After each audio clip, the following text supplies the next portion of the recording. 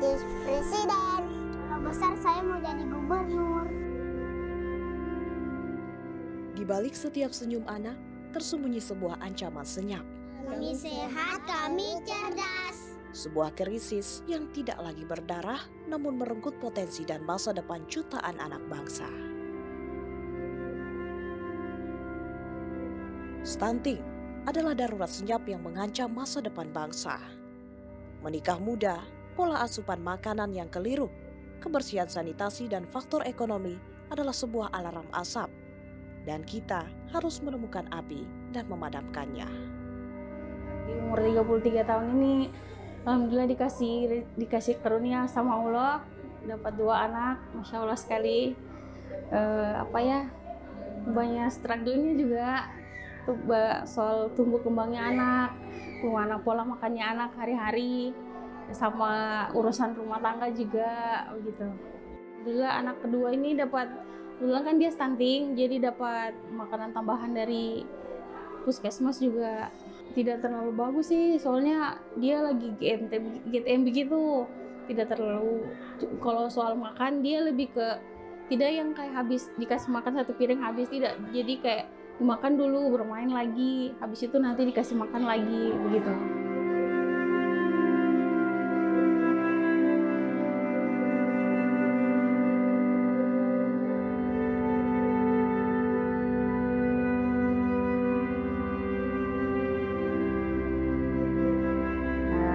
Saya stunting itu perkembangan anak yang tidak maksimal, maksudnya tidak sesuai dengan umurnya, keterlambatan atau itu tadi tidak optimal stunting. Jadi itu biasa dilihat dari tinggi badannya.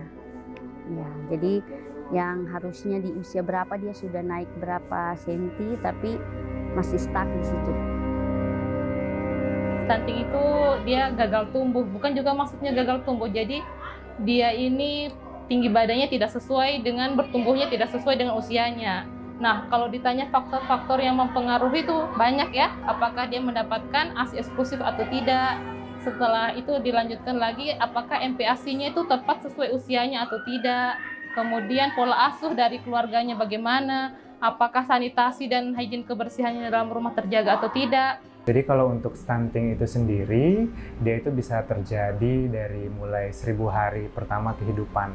Jadi pada saat bayinya atau janinnya sudah mengalami pembuahan, itu resikonya bisa terjadi. Jangka panjangnya dia bisa berpengaruh ke kesehatan, kemudian berpengaruh ke kecerdasan anak yang didiagnosa stunting itu. Misal dia